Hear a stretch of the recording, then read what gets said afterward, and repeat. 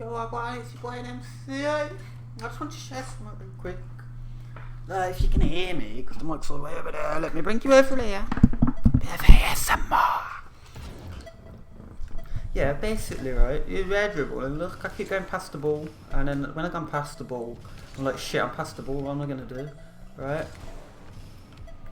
That's what you're going to do, man. It's not just, you think people are just spinning all the time, freestyling, it's not that. It's the tornado spin, innit? That's what's got me. See, look at that, easy. Whoop, tornado. Not if you get it too far off, but look now. I need to get a good start at least. But yeah, you go in, then you overshoot. Tornado spin. And the difference between doing that as opposed to doing that is when you go too far, if you do that, look, your boost ends up boosting the other way. So instead of going and still boosting forward, you go and you end up, oh. Yeah, you end up boosting backwards, you see. And it just feels like something that no one ever tells you.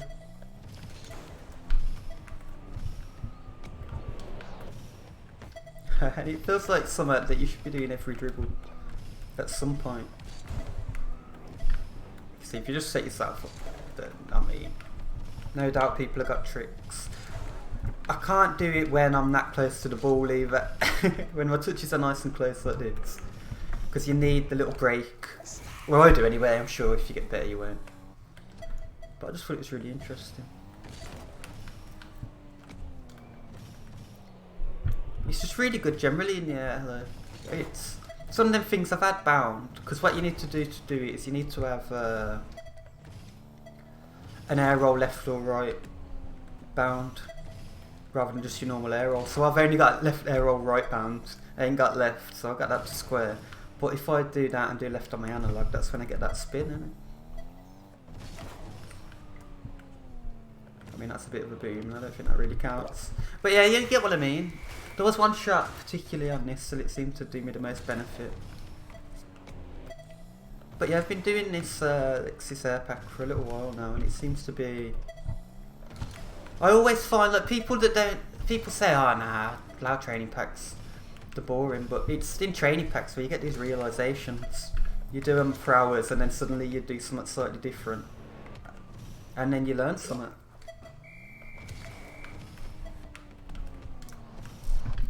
So, and I get too far to do the tornado and I'm back on track.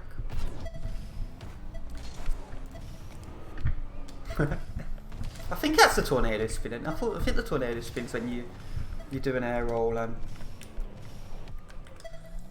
was trying to do it the other way because if you do air roll right and do right on an analog, instead of going up like that, you go down like that. So what I was trying to do was get a flip reset or something like that in mid-air dribble.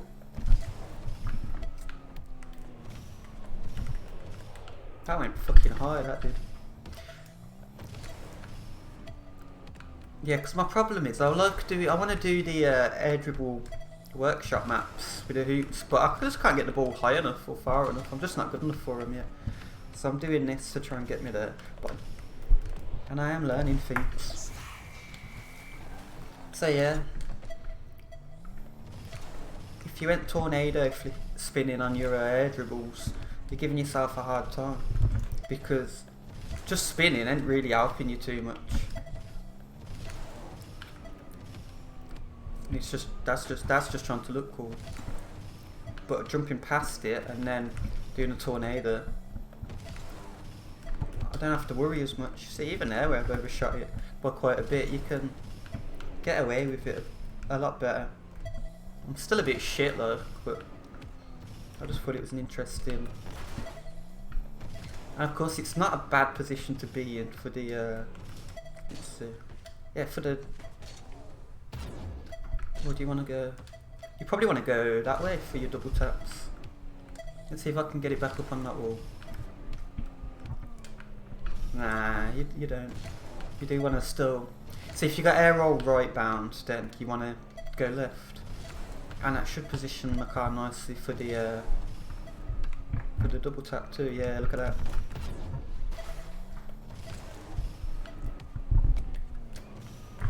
that. Nope. There we go, you see, something like that. And just seemed to work a lot easier.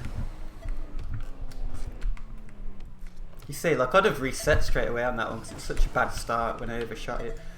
But you can recover a bit, and it might not look great, but if you're in a game, you see, stuff like that. I feel like I completely overshot it, and I would have normally give up on it because I'm not matching the ball speed at all. I'm going way too fast. But you're dropping one of them,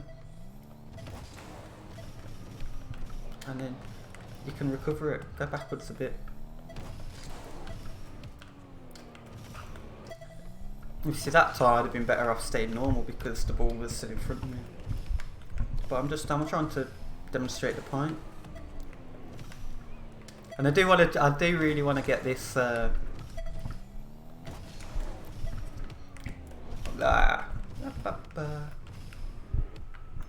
want to get this flip reset one as well. But I just don't know if it's particularly viable because obviously you're dribbling the ball, so you're matching it. You kind of need the ball to drop on you. So maybe one of them heavy-handed touches like that, and then getting it like, ooh, yes. I don't know. I thought this was interesting, so I thought I'd share it because. Yeah, I've been doing the rotating to try and recover, and then like pushing forwards, because you get a similar effect if you kind of rotate and then push forward. But you get all these weird, I don't know, like there's just too much going on with that left analog. So if you got it bound, then you can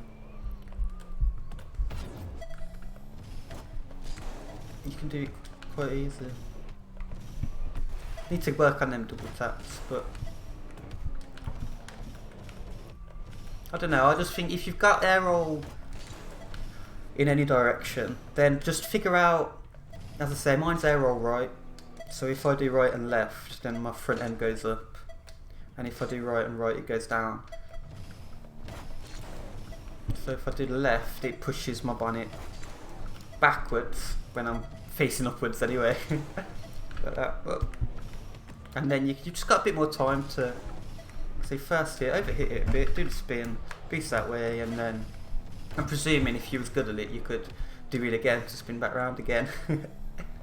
But yeah, that's just what I was finding interesting. I was also trying to get a bit better at like keeping the ball glued to the car on them. It's probably not the best one for it. Rather than you see all these bounces here. Let's see if we restart this training real quick. On this one where it's not coming towards you, it's a little bit easier. If I do a jump and then, see if you go up slowly, I'm trying to just get that perfect angle so you don't even see the sparks and you just drive it across. Yeah, you like that, you see? I had it for a sec. There we go.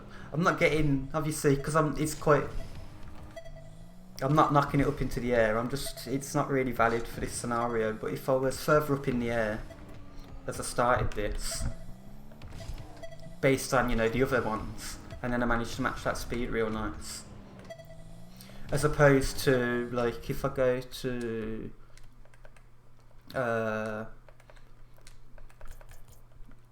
my air carry one, rather than Lexus's, it's more about knocking it and then getting another touch. The way that they're set up. I mean, you probably could. I can't even.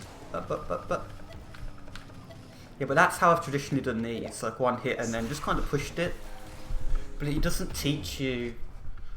I don't know. It just doesn't feel. Because you're inherently, unless you go up and you're really slow like that, you're always going to knock that first ball a little bit away.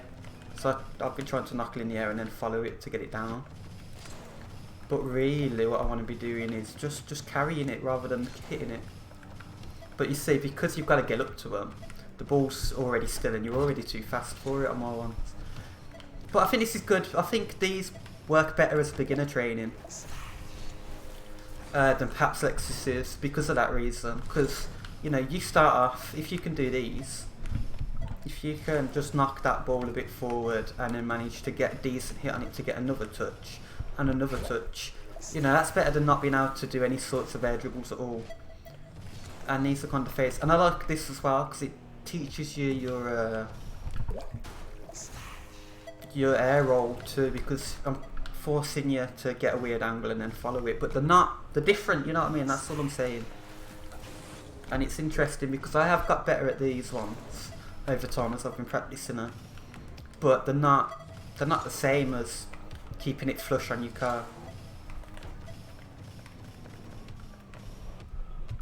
But yeah, that's all I want to say. Just a quick checking in. Maybe you learnt something, maybe you didn't, but peace. Oh wait, I moved my mouse to put the mic there, so give me a second, my friends, give me a second. And now my mouse is in water. Alright, this is a catastrophe, but I ain't editing, so I'm gonna have to deal with it. And now the mouse is not working at all. I think I broke it. I think I broke my mouse.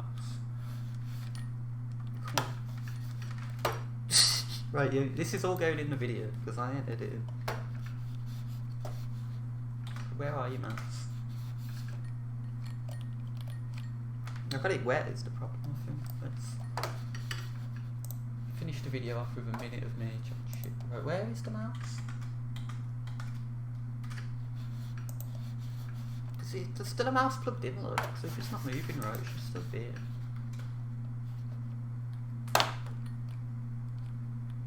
You know what, that's the wrong mouse. That would make sense.